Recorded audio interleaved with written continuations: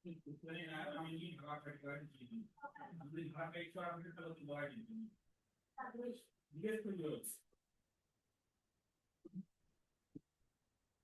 Recording শুরু হয়েছে। আচ্ছা, শুরু করি। বিসমিল্লাহির রহমানির রহিম। তাহলে আজকে আমাদের চতুর্থ অধ্যায়ের প্রথম ক্লাস। তো গত ক্লাসে আমি যেগুলো দেখিয়েছিলাম আজকে ওগুলো একটু রিভিউ করবো, হ্যাঁ? জি স্যার। তাহলে ওয়েব আমাদের পেজ, অধ্যায়টার নাম ছিল হচ্ছে web web design and HTML, তাই না? প্যানেল, জি স্যার। আচ্ছা, তাহলে আজকে আমরা ওই ক্লাসে যেগুলো পড়িয়েছিলাম ওই পড়াগুলোই একটু জাস্ট রিভিউ করব। তাহলে শুরুতে জি আমাদের স্যার। জানতে হবে যে ওয়েব পেজটা কি। হ্যাঁ, জি তাহলে ওয়েব পেজ কি? স্যার, যা যা কি নোট করবো, না, নোট করার দরকার নাই। শুধু বই সামনে রেখে মিলাই নাকি? না, বই সামনে রেখে মিলানোর দরকার নেই, তুমি মোবাইলের স্ক্রিনের দিকে শুধু খেয়াল রাখো। দেখা যাচ্ছে কি জি স্পষ্ট স্যার। সবকিছু? জি sir, all is okay, just start now. Okay, thank you. আচ্ছা, তাহলে ওয়েলকাম। আমরা শুরুতেই আমরা জানবো যে ওয়েব পেজটা কি। ক্লাসে যদিও তাড়াহুড়ো করে একটু পড়ানো হয়েছিল, তো আজকে আমরা জি একটু স্যার। ধীরে সুস্থে পড়বো ইনশাল্লাহ। তো শুরুতে আমাদের জানতে হবে যে ওয়েব পেজটা কি। তাহলে ওয়েব পেজ হলো এক ধরনের ওয়েব ডকুমেন্ট যা বিভিন্ন দেশের সার্ভারে রাখা হয় এবং যে কোনো ইন্টারনেট ব্যবহারকারী ব্রাউজারের মাধ্যমে যে কোনো জায়গা থেকে দেখতে পারে। ঠিক আছে? স্যার, তাহলে ওয়েব পেজটা কি? ওয়েব পেজ হচ্ছে এক ধরনের ওয়েব ডকুমেন্ট। ওয়েব ডকুমেন্ট মানে কি? ডকুমেন্ট। যেগুলো ওয়েবে যেগুলো প্রদর্শিত হয়, তাই না, যেগুলো আমরা ব্রাউজারে ব্যবহার করে যেগুলো আমরা দেখতে পারি, তাকেই বলা হয় হচ্ছে জি sir. Web page. Web document আর এই ওয়েব বা পেজগুলো web পৃথিবীর বিভিন্ন দেশের সার্ভারে এগুলোকে তোমাকে রাখা ডিপ্লয় হয়। করে রাখা হয়। এগুলোকে বলা হয় ডিপ্লয় করা। জি স্যার। বুঝতে পারছো? জি স্যার। তো আর পৃথিবীর যে কোনো প্রান্ত থেকে এই ওয়েব পেজগুলোকে অ্যাক্সেস করা যায়, বা যে কোনো ব্যবহারকারী ওই ওয়েব পেজের লিঙ্কে ঢুকে সেগুলোকে দেখতে পারে। আচ্ছা, ইন্টারনেট ব্যবহারকারী। হ্যাঁ। আচ্ছা, এই হচ্ছে ওয়েব পেজের সংজ্ঞা। এরপরে আমরা নেক্সটে যাই।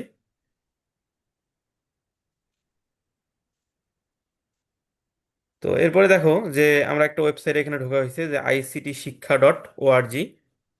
তো এইটা একটা হচ্ছে ওয়েব পেজের একটা লিংক, তাই না? ওয়েবসাইটের একটা লিংক। জি তো জি ব্রাউজারে স্যার। এই লিংকে আমরা প্রবেশ করলে এরকম একটা ধরো ওয়েবসাইট চলে আসে। তো প্রথমে যে পেজটা আসে এই পেজটাকে বলা হয় হোম পেজ। কি পেজ বলা হয়? Home home page. পেজ। আচ্ছা, এই ওয়েব পেজে ঢুকতে প্রথম যে পেজটি প্রদর্শিত হয় তাকে হোম পেজ বলে নাকি? হ্যাঁ হ্যাঁ, হোম পেজ বলে, এক্স্যাক্টলি। মানে কোনো ওয়েবসাইটে প্রথমে ঢুকলে যেই পেজটা আসে সেটাকেই জি বলা স্যার, হয় home page. Home page. Okay. জি স্যার। আচ্ছা, তাহলে এখন আমরা দেখি যে ইন্টারনেটে একটা ওয়েবসাইট খুলতে যা যা করতে হয়। তার মানে আমরা যদি কোনো একটা নতুন ওয়েবসাইট খুলতে যাই তাহলে আমাকে কি কি করতে হবে? তো প্রথমেই কি করতে হবে? প্রথমে একটা ডোমেইন নেম রেজিস্ট্রেশন করতে হয়। ধরো আমাদের কলেজের জন্য একটা ওয়েবসাইট আছে, advmrtcollege.com বা .edu.bd, এই নামে জি স্যার। আমাদেরকে একটা ডোমেইন নেম রেজিস্ট্রেশন করতে হয়। কি করতে হয়? ডোমেন নেম রেজিস্ট্রেশন করতে হ্যাঁ, হয়। প্রথমেই করতে হয় একটা ডোমেইন নেম রেজিস্ট্রেশন করতে হয়। এরপরে এই ওয়েব পেজগুলো, আমাদের ওয়েবসাইটটা আসলে কেমন হবে, আমাদের হোমে কি থাকবে, তারপরে যে কলেজের পরিচিতিতে কি থাকবে, কলেজ সম্পর্কে কি থাকবে, এরপরে এগুলোকে ডিজাইন করতে হয়। কি করা লাগে? ডিজাইন ডিজাইন করতে করা হয়। লাগে। দেন এই ওয়েব পেজগুলো কোনো একটা সার্ভারে ডিপ্লয় করে রাখতে হয়, যার কারণে আমরা সংরক্ষণ পৃথিবীর যে কোনো প্রান্ত থেকে এই ওয়েবসাইটকে দেখতে পারি। অ্যাক্সেস করতে পারি। ইন্টারনেট। হ্যাঁ। জি স্যার। এরপরে ওয়েবসাইটটি আরো বেশি প্রচারমুখী করার জন্য সার্চ ইঞ্জিনে সাবমিশন করতে হয়, যেটাকে বলা হয় সার্চ ইঞ্জিন অপটিমাইজেশন। জি স্যার। আচ্ছা, আরেকজন মনে আসছে।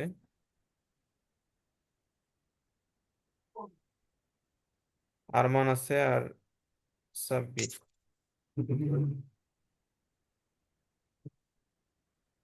আচ্ছা ওই আরমানের রমজানও আছে। আচ্ছা আচ্ছা, থাক তাহলে।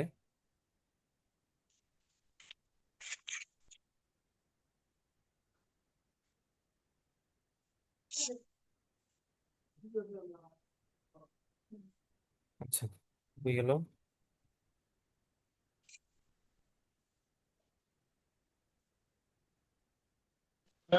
তাহলে এরপরে দেখি যে ওয়েবসাইটের সুবিধাগুলো কি, এগুলো একটু নিজেরা পড়ে নিতে পারবে না? যে তাহলে জি স্যার। ওয়েবসাইটের জি সুবিধা কি স্যার। হবে যে বর্তমানে, হ্যাঁ বলো।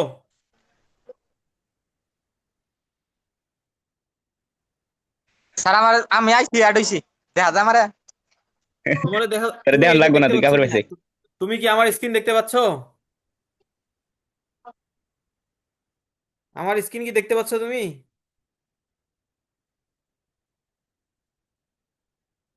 আচ্ছা, সবাই একটু আনমিউট করে বলো যে স্ক্রিন দেখতে পাচ্ছ কিনা। এ আচ্ছা, আমার ইন্টারনেটও সমস্যা করতেছে মনে হচ্ছে। ও স্যার বুঝছি না। আচ্ছা, আচ্ছা খেয়াল করো, তাহলে আমাদের ওয়েবসাইট যে আমরা, যে কোনো একটা ওয়েবসাইট থাকার সুবিধাটা কি? তাহলে ওয়েবসাইটের বিভিন্ন অবশ্যই সুবিধা আছে। তাহলে জি বর্তমানে স্যার। ইন্টারনেটের এই যুগে সবচেয়ে স্বল্প খরচে তথ্য প্রকাশ করার সবচেয়ে সহজ মাধ্যম হলো ওয়েবসাইট। তাহলে যেমন আমরা ইন্টারনেটের এই বর্তমানে যুগে, জুম। হ্যালো, জি স্যার। আচ্ছা, তাহলে ইন্টারনেটের এই যুগে সবচেয়ে স্বল্প খরচে তথ্য প্রকাশ করার সবচেয়ে সহজ মাধ্যম হলো ওয়েবসাইট। আর ওয়েবসাইটে অনেক সুবিধা আছে। তাহলে এক নম্বর সুবিধা কি? স্বল্প ব্যয়ে কোনো ব্যবসায়িক প্রতিষ্ঠান তাদের ব্যবসা প্রসারের জন্য ওয়েবসাইট প্রকাশ করতে পারে। এরপরে প্রিন্ট মিডিয়ার চেয়ে অনেক কম খরচে আকর্ষণীয় ওয়েবসাইট তৈরি করা যায়। আরে এত জোরে কথা বলছে। আর ওয়েবসাইটের তথ্য পৃথিবীর যে কোনো জায়গা থেকে আমরা দেখতে পাই। এরপরে দেখো, ওয়েবসাইটে লেখার পাশাপাশি ছবি, গ্রাফিক্স, অডিও, ভিডিও, অ্যানিমেশন এগুলো যুক্ত করা যায়।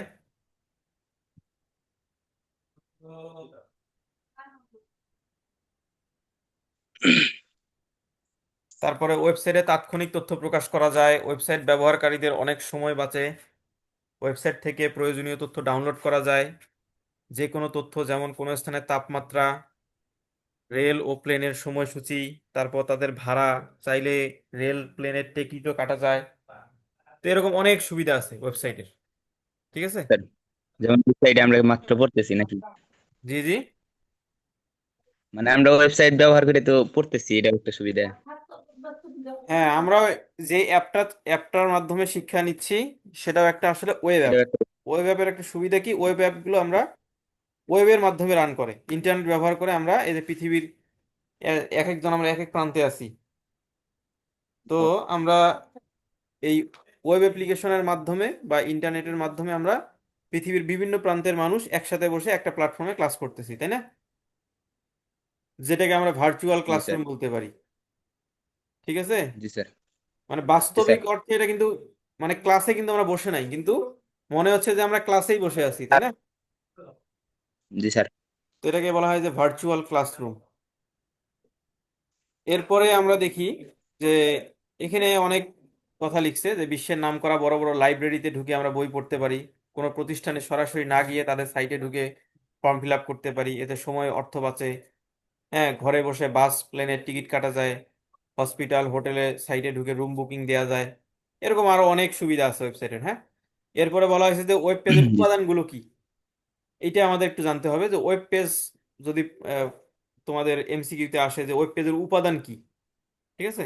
তাহলে ওয়েবসাইটের উপাদানগুলো কি হবে? জি। যেমন টেক্সট বা লেখা। Text message. হ্যাঁ, লেখা একটা জি স্যার। উপাদান, তারপরে গ্রাফিক্স একটা উপাদান।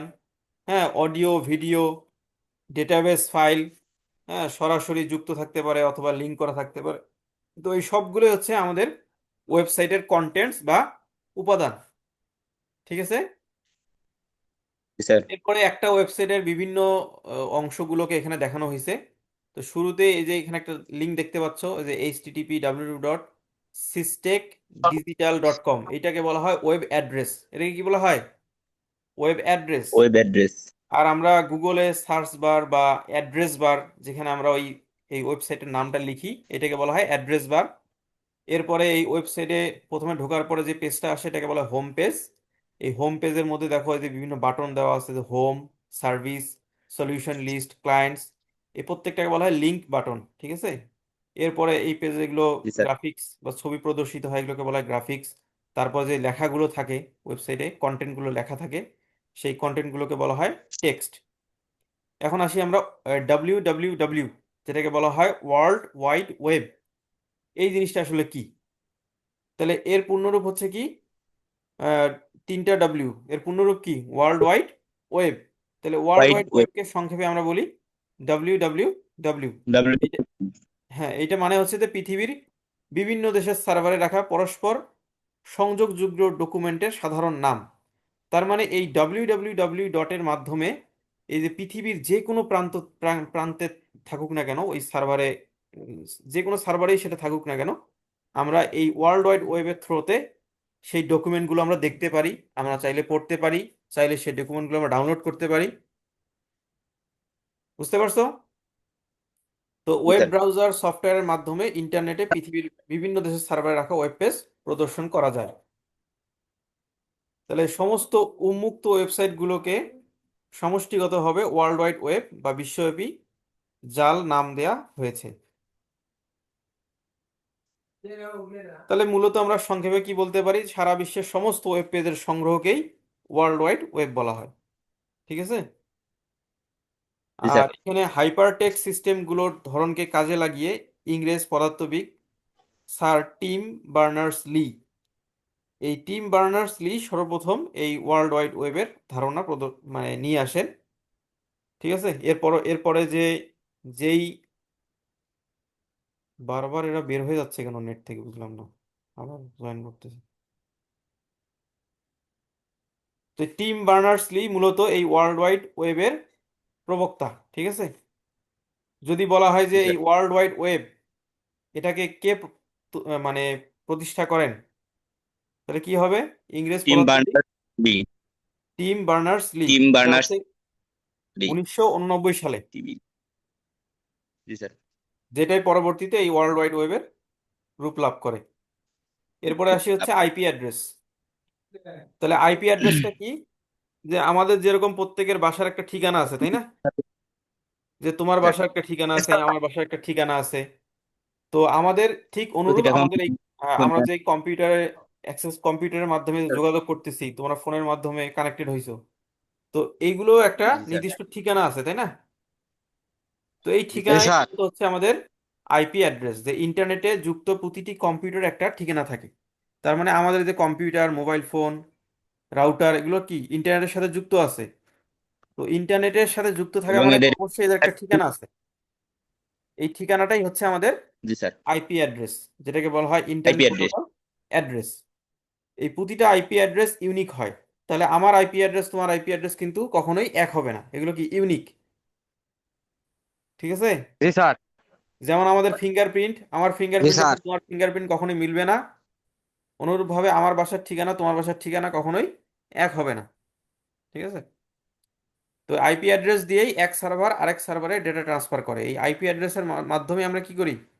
এই সার্ভার থেকে আরেক সার্ভারে ডেটা ট্রান্সফার করা হয়। তো দেখতে পাচ্ছ এটা স্যার একটা করি। সার্ভার, একটা ছবি দেখতে পাচ্ছ। জি স্যার। তো সার্ভারগুলো মূলত কিন্তু একটা কম্পিউটার। ঠিক আছে? এই সার্ভারের মধ্যেই এই বিভিন্ন ওয়েবসাইট, ওয়েব পেজ, এগুলো হোস্টিং করা হয়। তাহলে সার্ভারের সংজ্ঞা কি হবে? সার্ভার হলো কেন্দ্রীয়ভাবে নিয়ন্ত্রিত অপেক্ষাকৃত বেশি শক্তিশালী কম্পিউটার। জি স্যার। যেমন আমরা যে কম্পিউটার বা মোবাইল ফোন ব্যবহার করি এগুলোকেও কিন্তু জি সার্ভার স্যার। বলা যায়।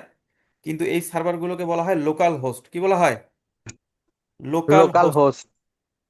আর যেগুলো এই আমাদের কম্পিউটার বা মোবাইল ফোনের থেকে বেশি শক্তিশালী, ঠিক আছে, হ্যাঁ, যেগুলো 24/7 যেগুলোকে চালানো হয়, যেগুলোর সাথে ইন্টারনেট এবং বিদ্যুৎ সংযোগ থাকে, তো সেগুলোই হচ্ছে মূলত সার্ভার হিসেবে ব্যবহার করা হয়। তো এই জন্য এর নাম হচ্ছে কেন্দ্রীয়ভাবে নিয়ন্ত্রিত অপেক্ষাকৃত বেশি শক্তিশালী কম্পিউটার, যেখানে বিভিন্ন ওয়েব পেজ ডেটা এবং সার্ভার সফটওয়্যার সংরক্ষিত থাকে এবং নেটওয়ার্কের মাধ্যমে যে কোনো কম্পিউটারকে, যাকে ক্লায়েন্ট বা ওয়ার্ক স্টেশন বলা হয়, ডেটা সার্ভিস দিয়ে থাকে। মানে সার্বক্ষণিক ইন্টারনেটের সাথে সংযুক্ত এবং অন অবস্থায় সার্ভার ব্যাকএন্ড হিসেবে কাজ করে থাকে। তাহলে মূল কথা হচ্ছে সার্ভার এমন একটা জিনিস, সার্ভার হচ্ছে একটা খুব শক্তিশালী কম্পিউটার, হ্যাঁ, যেটা সবসময় ইন্টারনেটের সাথে যুক্ত থাকে। ঠিক আছে? জি জি স্যার। স্যার। এতটুকু জানলেই হবে। এখন জানি হচ্ছে ক্লায়েন্টটা কি। যে ধরো আমরা এখন জুম অ্যাপের মাধ্যমে ক্লাস নিচ্ছি, তাই না? তাহলে জি স্যার। জি আমরা স্যার। সবাই হচ্ছি জুমের ক্লায়েন্ট। কিসের ক্লায়েন্ট? জুম। জুম। জুমের ক্লায়েন্ট। আমরা কিন্তু জুমের সার্ভার ইউজ করে আমরা কিন্তু পড়াশোনা করতেছি। তাই জি আলটিমেটলি স্যার। জুম সার্ভার আমাদেরকে একটা প্ল্যাটফর্ম দিচ্ছে, যেই প্ল্যাটফর্মে বসে আমরা এক এক মানে বাংলাদেশের এক এক প্রান্তে সবাই আমরা অবস্থান করেও মনে হচ্ছে যে আমরা একটা ক্লাসের মধ্যেই মনে হয় ক্লাস নিচ্ছি, তাই না? তো আমরা জি হচ্ছে স্যার। ক্লায়েন্ট। বা ফেসবুকে যখন আমরা লগ ইন করি, ফেসবুকে যখন আমরা ক্লিক করি, তো তখন কিন্তু আমরা ফেসবুকের ক্লায়েন্ট, ঠিক আছে? ফেসবুকের সার্ভার থেকে আমরা সার্ভারকে আমরা তখন অ্যাক্সেস করতেছি। বা যখন আমরা ইউটিউবে ঢুকতেছি তখন আমরা ইউটিউবের সার্ভার আমরা অ্যাক্সেস করতেছি। তো এই জন্য ক্লায়েন্ট বলা হচ্ছে কাকে? তো যে সকল কম্পিউটার সার্ভারে সংরক্ষিত ডেটা ব্যবহার করে, ঠিক আছে, তাকে জি বলা স্যার। হয় ক্লায়েন্ট। এটি ফ্রন্ট এন্ড হিসেবে ক্লায়েন্ট। কাজ করে থাকে। এটি কিবোর্ড, মনিটর, মাউস ইত্যাদির মাধ্যমে ইউজারের সাথে সরাসরি কাজ করে থাকে। তার মানে যে আমাদের সামনে যেটা আছে ফোন, ল্যাপটপ, এগুলো কি ক্লায়েন্ট হিসেবে আমরা ব্যবহার করতেছি। তো এখন দেখো এই যে ওয়েব সার্ভারটা কিরকম, যে এখানে একজন কম্পিউটার নিয়ে বসে আছে। তাহলে কম্পিউটারের সাথে এই যে ইন্টারনেটে যে ক্লাউডের মতো দেখা যাচ্ছে, যেটা এটা হচ্ছে ইন্টারনেট। এই ইন্টারনেটের মাধ্যমে এই যে ওয়েব সার্ভারে যাচ্ছে। তো ওয়েব সার্ভারে কি কি থাকে? ওয়েব সার্ভারে থাকে হচ্ছে ওয়েব পেজ, এই যে গ্রাফিক্স ফাইল টাইল আছে। তো এই ফাইলগুলো ওয়েব সার্ভার থেকে ইন্টারনেটে যাচ্ছে, ইন্টারনেট থেকে কম্পিউটার স্ক্রিনে প্রদর্শিত হচ্ছে। ক্লিয়ার সবার? স্যার। আচ্ছা। তো এখন আসি ওয়েব সার্ভারটা তাহলে কি? ওয়েব সার্ভার কি? ইন্টারনেটের সাথে সংযুক্ত যে সার্ভারে ওয়েব পেজ বা ওয়েবসাইট সংরক্ষিত থাকে। ওই একই জিনিস, মানে সার্ভার তো আমরা দেখলাম। আর ওয়েব সার্ভারটা হচ্ছে ইন্টারনেটের সাথে সংযুক্ত যে সার্ভারে ওয়েব পেজ ওয়েবসাইট সংরক্ষিত থাকে, তাকে বলা হয় ওয়েব সার্ভার। তাহলে ব্রাউজার প্রোগ্রামের সাহায্যে ওয়েব সার্ভার থেকে ওয়েব পেজ বা ওয়েবসাইটটি পর্দায় প্রদর্শিত হয়। তাহলে ওয়েব সার্ভার এইচটিটিপি প্রোটোকল ব্যবহার করে গ্রাহকের ওয়েব পেজ সরবরাহ করে। তাহলে আমরা যখন ওই যে ওয়েবসাইটে কোনো ওয়েব অ্যাড্রেস কোনো কোথাও লিখি, লিখে সার্চ দেই, তখন সে একটা প্রোটোকল ইউজ করে। সেই প্রোটোকলের নামটা হচ্ছে এইচটিটিপি, মানে হাইপার টেক্সট ট্রান্সফার প্রোটোকল। তো এখানে একটা ওয়েব পোর্টাল আমরা দেখতে পাচ্ছি, যে bangladesh.gov.bd। তো এটাকে বলা হচ্ছে ওয়েব পোর্টাল। তাহলে ওয়েব পোর্টালটা হচ্ছে এমন একটা বিশেষ ওয়েব পেজ যেখানে অনেক উৎস থেকে সংগৃহীত তথ্য, গুরুত্বপূর্ণ তথ্য বা লিঙ্ক সাজানো থাকে। মানে এই যে bangladesh.gov.bd, এটা কি একটা ওয়েব পোর্টাল। তাহলে ওয়েব পোর্টালে যখন পোর্টাল। আমরা ক্লিক করি, তো ওয়েব পোর্টালগুলো এমন একটা ওয়েব পেজ যেখানে অনেক উৎস থেকে সংগৃহীত গুরুত্বপূর্ণ তথ্য বা লিঙ্ক সেখানে সাজানো থাকে। তাহলে একটা ওয়েব পোর্টাল সংরক্ষণ সাধারণত থাকে। সরকারি সেবার তথ্য, স্থানীয়, আঞ্চলিক, স্টক রিপোর্ট, তো এই অনেক তথ্য এখানে সাজানো আছে। এরপরে বিভিন্ন ধরনের web browser, Opera mini, Google Chrome, safari, Mozilla Firefox, internet explorer, Microsoft Edge, এগুলোকে বলা হয় ওয়েব ব্রাউজার। তো সাধারণত আমরা আমাদের ফোনে গুগল ক্রোমই খুব বেশি ব্যবহার করি। জি স্যার। যারা আইফোন ইউজ করে তারা এই যে সাফারি ব্যবহার করে আর কি।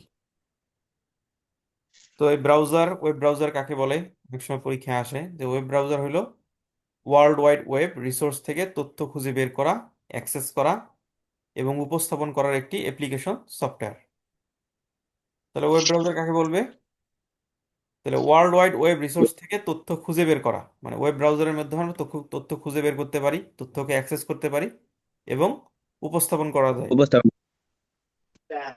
আচ্ছা, তাহলে ওয়েব সার্ভারে রাখা ওয়েব পেজ বা ডাব্লিউ প্রদর্শন করাকে ওয়েব ব্রাউজিং বলা হয়। তাহলে এই ব্রাউজারের মাধ্যমে আমরা ব্রাউজিং করি, ওয়েব ব্রাউজিং করি, তাই না? তাহলে জি বেশি স্যার। প্রচলিত ওয়েব ব্রাউজারগুলো হলো Google Chrome, internet explorer, Mozilla Firefox, safari, Microsoft Edge, Opera. এগুলো তোমরা একটু আগে জি দেখলামই। স্যার। আবার কে জয়েন করলো? আচ্ছা, এরপরে দেওয়া হচ্ছে ইউআরএল জিনিসটা কি? ইউআরএল মানে হচ্ছে যে এর পূর্ণরূপ হচ্ছে ইউনিফর্ম রিসোর্স লোকেটর বা ইউনিভার্সাল রিসোর্স লোকেটর। তাহলে কোনো ওয়েব পেজকে প্রদর্শন করতে ওয়েব ব্রাউজারে এর ঠিকানা নির্দিষ্ট করে দিতে হয়। মানে আমরা যখন কোনো ওয়েবসাইটে ঢুকবো বা কোনো একটা সাইটে যাব, তো সেই সাইটে ঢোকার আগে আমাদের এই ওয়েব ব্রাউজারে একটা জায়গা থাকে যেটাকে বলা হয় অ্যাড্রেস বার। তো সেখানে আমরা কোথায়? না। তো সেইটাকে বলা হচ্ছে কি ইউনিফর্ম রিসোর্স লোকেটর, ওয়েবসাইটের একক বা ইউনিক ঠিকানা। তাহলে এই প্রতিটা ইউআরএল এ কয়টা জিনিস থাকে? কয়েকটা জিনিস থাকে। একটা থাকে হচ্ছে ওয়েব প্রোটোকল, তারপর হচ্ছে ওয়েব সার্ভারের নাম, তারপর হচ্ছে সার্ভারের ডিরেক্টরি বা ফোল্ডার নাম, এরপরে ডট এইচটিএমএল নেম বা ডকুমেন্টের নাম থাকে একটা ইউআরএল। এরপরে আমরা দেখি যে ওয়েবসাইটের প্রকারভেদ। ওয়েবসাইট সাধারণত দুই প্রকার হয়ে থাকে, একটা হচ্ছে ওয়েব স্ট্যাটিক আর একটা হচ্ছে ডাইনামিক। তো স্ট্যাটিক ওয়েবসাইট কাকে বলা হয়? যে ওয়েবসাইটের তথ্যগুলো মানে সময়ের সাথে সাথে পরিবর্তন হয় না, সেগুলো হলো স্ট্যাটিক। আর ডাইনামিক কি? যে ওয়েবসাইটের তথ্যগুলো সর্বদা মানে পরিবর্তনশীল। যেমন যদি আমরা যে ক্রিক ইনফো বা ক্রিকেটের স্পোর্ট দেখা যে ওয়েবসাইটটা আছে, তো সেখানে আমরা যদি ঢুকি, তো ওই ওয়েবসাইটে কিন্তু সবসময় আপডেট হচ্ছে। যখন এই রান বাড়তেছে, ওই রান আপডেট হচ্ছে, বল বল হইলে বল আপডেট হচ্ছে, আবার নো বল হইলে। তো সবসময় কি হচ্ছে, ওই তথ্যগুলো আপডেট হচ্ছে। এরপরে আমরা যখন ফেসবুকে ঢুকি, ফেসবুকের তথ্যগুলো কি হয়, ডাইনামিক্যালি আপডেট হয়। তো এগুলো হচ্ছে ডাইনামিক ওয়েবসাইট। আর যেগুলো স্ট্যাটিক ওয়েবসাইট, যেমন আমাদের কলেজের যে ওয়েবসাইটটা আছে, এগুলো হচ্ছে স্ট্যাটিক, কারণ এগুলো সময়ের সাথে সাথে এর তথ্যগুলো পরিবর্তন হয় না, তাই না? মানে যে তথ্যগুলো আমরা আগে থেকে নির্ধারণ করে দেই, সেই তথ্যগুলো এখানে প্রদর্শিত হয়।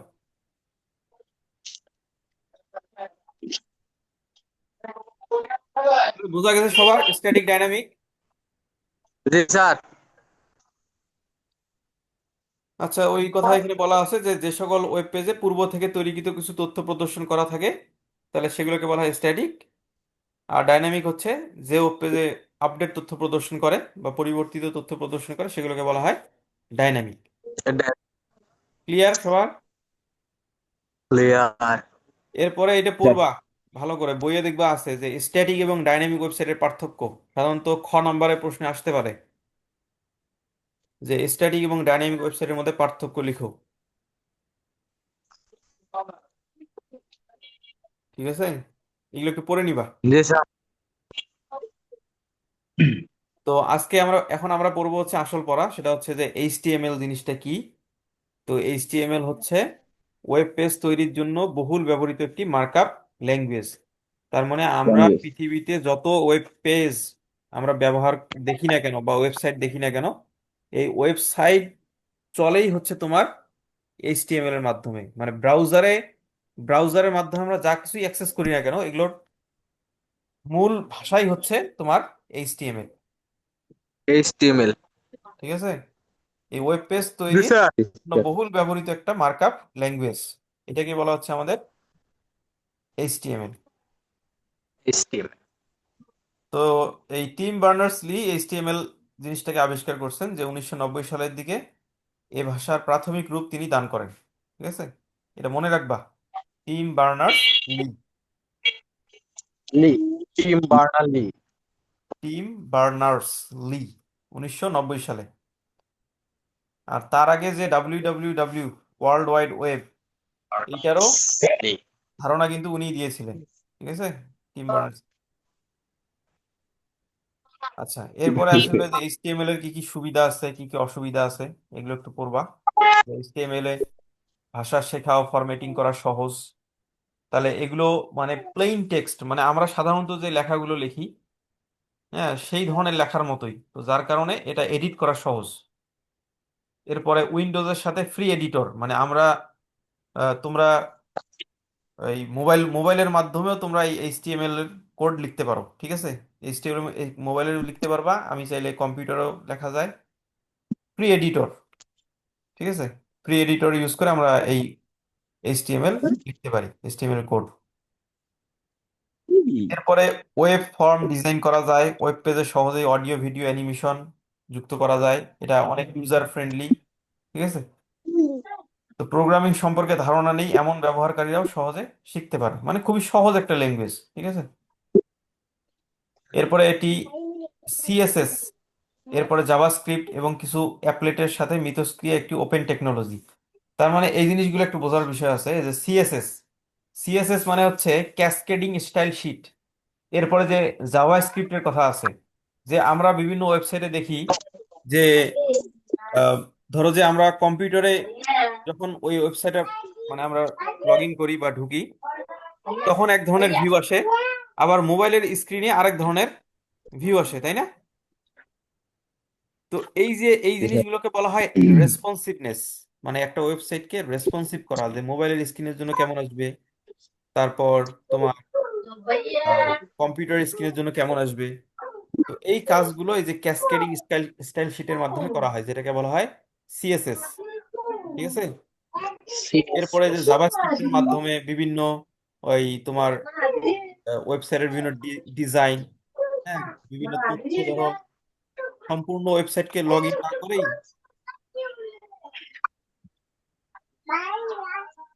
আচ্ছা, তাহলে সম্পূর্ণ ওয়েবসাইটকে পুনরায় আপ মানে রিলোড না করে সে তথ্য আমরা চেঞ্জ করতে পারি। এটা হলো জাভাস্ক্রিপ্টের কাজ। ঠিক আছে। এরপরে বিভিন্ন অ্যাপলেট আছে যেগুলো ব্রাউজারের সাথে থাকে। তো এগুলো আমরা অনেক কঠিন বিষয় এগুলো, মানে এই তোমাদের অধ্যায়ের বিষয়বস্তু না। তো জানার জন্য জাস্ট এতটুকু বলা, সিএসএস আর জাভাস্ক্রিপ্ট। আর এইচটিএমএল এ তৈরি করা যে কোনো সাইটকে রক্ষণাবেক্ষণ এবং আপডেট করা সহজ হয়, এটা লোড হতে কম সময় লাগে। এই জিনিসগুলো একটু মনে রাখবো আর কি। এরপরে দেখো এইচটিএমএল এর ট্যাগ গুলো কি। তো এইচটিএমএল লেখার জন্য এই যে দুইটা অ্যাঙ্গুলার ব্র্যাকেট, এগুলোকে কি বলা হয়? Angular bracket. Angular bracket. এই যে লেস দেন আর গ্রেটার দেন চিহ্ন, তো এই দুইটা ট্যাগ ব্র্যাকেটের ব্যবহার জন্য। করা হয়। আর আরেকটা, একটা হচ্ছে লেস দেন চিহ্ন, একটা হচ্ছে গ্রেটার দেন চিহ্ন। এরপরে লেস দেন আর গ্রেটার দেনের মাঝখানে যে একটা ফ্রন্ট স্ল্যাশ, এটাকে বলা হয় ফ্রন্ট স্ল্যাশ। এই দাগটা, এই ফ্রন্ট স্ল্যাশ দিলে এটা হয় তোমার হচ্ছে ক্লোজিং ট্যাগ, এটা হচ্ছে ওপেনিং ট্যাগ, এটা হচ্ছে ক্লোজিং ট্যাগ। এর মধ্যে কিছু কিওয়ার্ড আছে, যেমন এই এই ট্যাগের ভিতরে একটা কিওয়ার্ড লিখতে হয়, এইচটিএমএল, তারপরে হেড, টাইটেল, বডি ইত্যাদি কিওয়ার্ড ব্যবহার করা হয়। আর এর মাঝে লেখা একটি কিওয়ার্ডকে একত্রে ট্যাগ বলে। ঠিক আছে। আর ওয়েব ব্রাউজারে স্যার। এইচটিএমএল ট্যাগ লেখা প্রদর্শন করে থাকে এই কিওয়ার্ড, যা জোড়া অ্যাঙ্গেল ব্র্যাকেটের মাধ্যমে লিখতে হয়, মানে যে এটাকে বলা হয় অ্যাঙ্গুলার ব্র্যাকেট বা অ্যাঙ্গেল ব্র্যাকেট। তাহলে আমরা একটু দেখি, হ্যাঁ। তাহলে জি এইচটিএমএল এর স্যার। ট্যাগগুলো কিরকম? এই যে অ্যাঙ্গেলের ওপেন। মাঝখানে যেটা লেখা হয় সেটাকে বলা হয় এই ট্যাগ। ঠিক আছে, ট্যাগ নেম। নেম। এরপরে মাঝখানে থাকে হচ্ছে কন্টেন্ট, এই এটাকে বলা হয় কন্টেন্ট। কন্টেন্ট। তারপরে আর হচ্ছে ক্লোজিং ট্যাগ। হ্যালো, জি স্যার। বুঝতে পারছো? জি স্যার। স্যার আচ্ছা, আছি স্যার, আমি সমস্যা নাই। তোর কাষ্ট করেছে। এটা শোনা যাচ্ছে কথা? জি স্যার। জি জি স্যার। স্যার, শোনা যাইতেছে। আচ্ছা, নাই। তাহলে এখন দেখো এই তোমার আছে। ট্যাগগুলোর গঠন। তাহলে অপেক্ষাকৃত ক্ষুদ্রতম চিহ্ন, এই যে লেস দেন একটা চিহ্ন থাকে, এরপরে যে অক্ষর থাকে, এরপরে অপশনাল স্পেসের পরে কি এইচটিএমএল এর করবো? বডি অ্যাট্রিবিউট গঠন হয়। আচ্ছা, এগুলো এত পড়ার দরকার নাই, আমরা সরাসরি কোডে যাই, কোড দেখলে বুঝতে পারবো। এইচটিএমএল এর এলিমেন্ট গুলো কি, মানে এইচটিএমএল এর উপাদান। তাহলে এইচটিএমএল এর একটা এই, উপাদান হচ্ছে এই যে কেউ যাই ওপেনিং রে। ট্যাগ, অ্যাঙ্গুলার ব্র্যাকেট, রাইট দিবা দিছে। লেস আর গ্রেটার, এটাকে বলা ওপেনিং। আর লেস আর গ্রেটারের প্রস্তাব মাঝখানে করছে যখন লাইট একটা দিবা ফ্রন্ট দিছে। স্ল্যাশ থাকে, এটাকে বলা হয় ট্যাগ। তো এই প্রত্যেকটাকে বলা হয় এইচটিএমএল এর কি, এলিমেন্ট বা ট্যাগ। উপাদান। ঠিক আছে। HTML। মানে এইচটিএমএল এর দয়া করে দিছে। এলিমেন্ট এবং ট্যাগের ভিতরে কন্টেন্ট সহ যা আছে সবকিছুকে কি বলা হয়, এলিমেন্ট বলা হয়। তো আমরা একটু দেখি যে এখানে দেখো এই যে এইচটিএমএল এর লেস দেন এর পরে আছে পি, তারপরে আছে গ্রেটার দেন। তো এইটা মানে হচ্ছে প্যারাগ্রাফ, এটা দিয়ে আমরা প্যারাগ্রাফ লিখি। ঠিক আছে। জি স্যার। এরপরে জি স্যার। এর পরে আছে হচ্ছে অ্যাট্রিবিউট, এরপরে আছে এইচ রেফ। এর মধ্যে আমরা বিভিন্ন লিংক লিখি, লিংক, যে ডিফল্ট ডট এইচটিএম, মানে এখানে ক্লিক করলে একটা লিংক এসে ঢুকে যাবে। এরপরে যে ব্র্যাকেট, যে বিআর দিচ্ছি না, বিআর, বিআর মানে হচ্ছে এটা হচ্ছে ব্রেক বোঝায়, ব্রেক, মানে কোনো লাইন ভেঙে নিচে আসতে বোঝায়। এরপরে আইএমজি ট্যাগ দিয়ে আমরা কোনো ছবি অ্যাড করতে পারি। ঠিক আছে? জি স্যার। তো এখন আমরা একটা কোড দেখি, হ্যাঁ, আমরা ছোট্ট একটা কোড দেখব। দেখো, আমরা যেইটুকু পড়লাম এতটুকু একটু দেখো।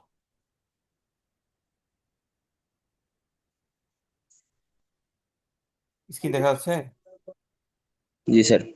এই এইচটিএমএল লেখার জন্য শুরুতে যে একটা ওপেনিং ব্র্যাকেট দেওয়া লাগে।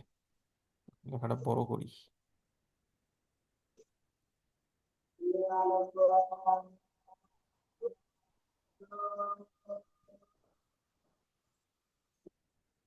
এইচটিএমএল, ঠিক আছে? HTML। এইচটিএমএল লিখতে হয়, মানে এইটা তোমাকে অবশ্যই লিখতে হবে। এরপরে ধরো আমি দিব হচ্ছে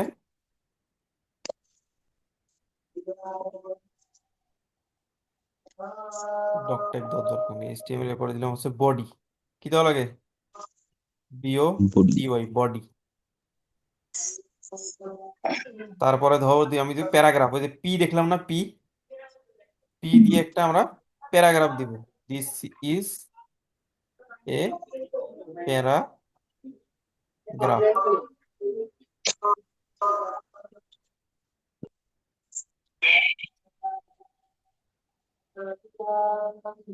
তাহলে এই প্যারাগ্রাফ লেখার পরে আমাদের এটা হচ্ছে ওপেনিং, প্যারাগ্রাফের ওপেনিং ট্যাগ।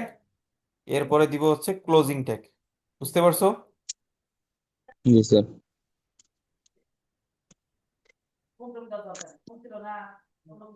আচ্ছা, এরপরে আমরা কি যে বডি ট্যাগ লিখছিলাম না উপরে, বডি, এটা হচ্ছে জি স্যার। Opening tag. এখন এটাকে ক্লোজ করার ট্যাগ হচ্ছে যে স্ল্যাশ, ফ্রন্ট স্ল্যাশ, তারপরে বডি। আর এই বডির ভিতরে আমরা যা লিখবো তাই আমাদের স্ক্রিনে বা ব্রাউজারে প্রদর্শিত হবে। জি স্যার।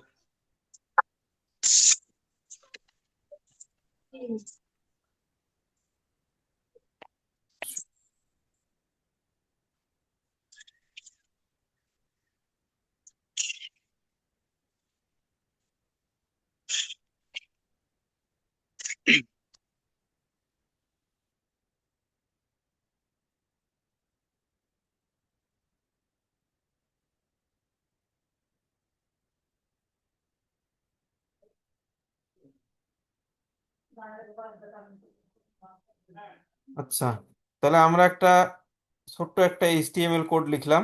লেখার পরে এটা একটা নাম দিলাম। নাম দিই ধরো যে প্যারাগ্রাফ, প্যারা পিএস প্যারাগ্রাফ ডট এইচটিএমএল। এটা অল টাইপ দিলাম, দিয়ে সেভ করলাম।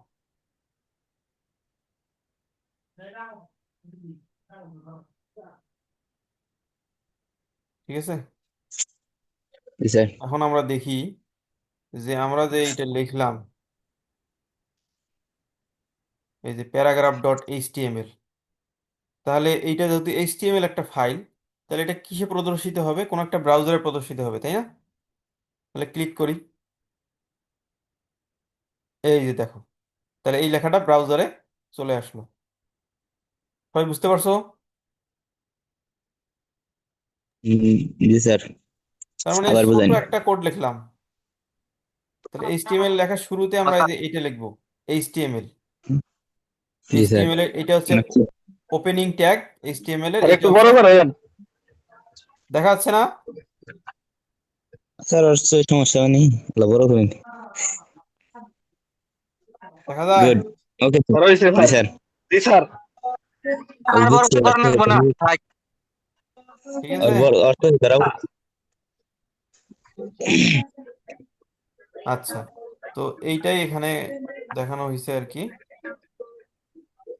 কোডটা কি? আচ্ছা, আর 1 মিনিটের মধ্যে মনে হয় শেষ হয়ে যাবে, লিমিট, টাইম লিমিট দেওয়া আছে, তো 40 মিনিটের বেশি মনে হয় ক্লাস করা যায় না এখানে। জি তো স্যার। বুঝতে পারছো সবাই এইচটিএমএল কিভাবে কাজ করে? জি স্যার। জি স্যার, এটা আরেকবার দেখান লাগবে, তাতে হবো না।